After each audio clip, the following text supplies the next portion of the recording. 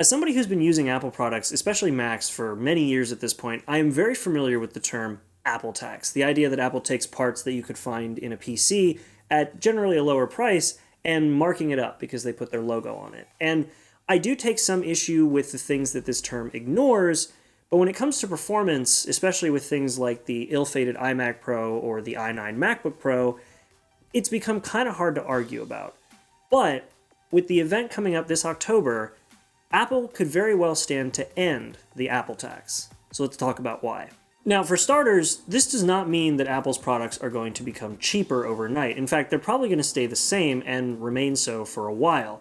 But the Apple tax has always been more of an argument of value, not just raw cost. Now, when I talk about value driving this argument, I mean that you could look at the Intel Core i9 MacBook Pro and find a different Windows laptop running the exact same processor, and generally it will perform better and cost less because the materials it's built of are plastic and the cooling system is better even though the computer is thicker. That i9 overheated so many times if you did anything that really relied on the processor.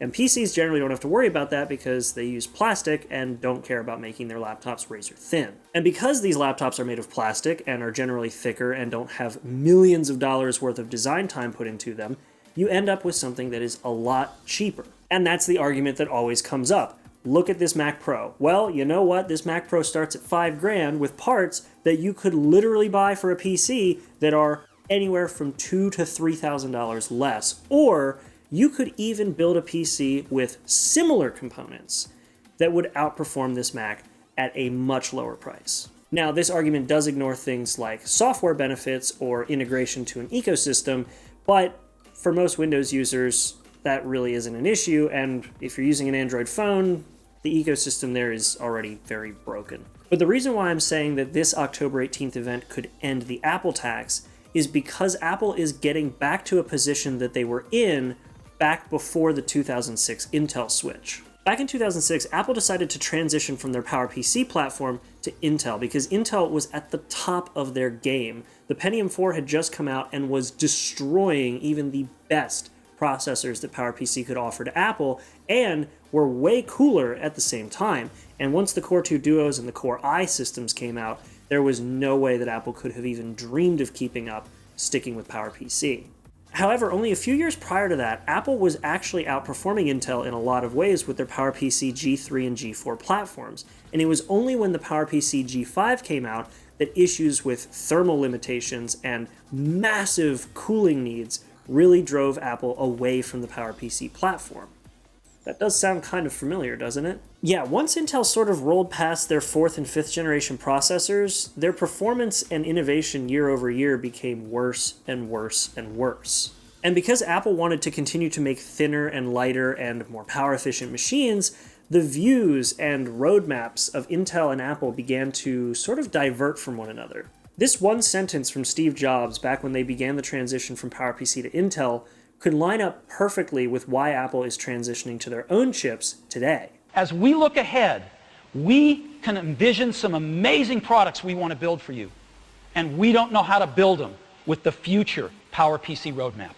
And one glance at where Apple is with their processors versus Intel tells you everything you need to know. Intel has been rolling out 14 nanometer after 14 nanometer chipset while still struggling with thermal and power issues, whereas Apple has easily rolled past 14 to 10 to 7 to 5 nanometer processes, and these are in phones that are outperforming some Intel chips that are only 2 to 3 years old. And finally, getting into the new Apple Silicon systems, the performance per watt is mind-blowing. We have $800 Mac Minis outperforming $3,000 Core i9 MacBooks. We have MacBook Pros that are exactly the same as they were last year in design and function that are lasting 20 hours on battery life compared to just a year prior when they could barely squeeze out 8. Those are genuine benefits that are exclusive to Apple because Apple is the only company with Apple Silicon Macs. You can't buy a PC with that same performance for the same price with the same benefits. And with this event coming up, that gap is only going to get bigger with things like the new and improved MacBook Pros, a Pro model Mac Mini potentially, and possibly, hopefully, finally, a bigger iMac with better performance. And of course, the revamped M1X, M2, or whatever they decide to name it. That is why this event could end the Apple tax, because in years previous, you could look at something like an i7 Mac Mini with 32 gigs of RAM and build the exact same system in a PC that performed better and cost less, because you could just buy the same commodity parts and put it in a system that could cool itself properly.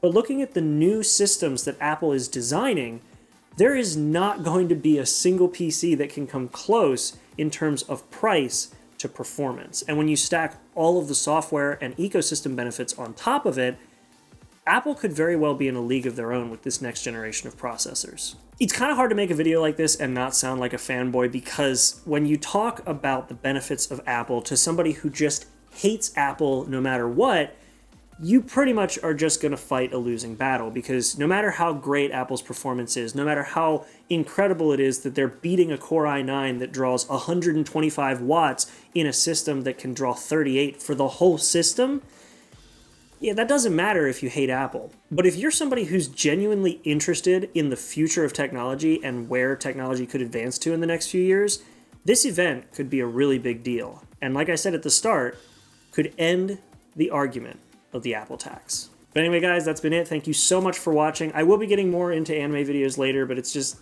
sort of that time of year where I'm more interested in tech than anime, because more interesting tech stuff is happening than anime.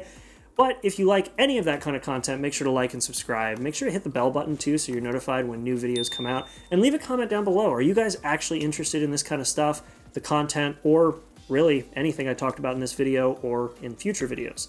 Not that you'd know what future videos will hold. That's just a secret for me. Either way, guys, thanks for watching, and I'll see you all in the next video. Make sure to be there, and have a good one.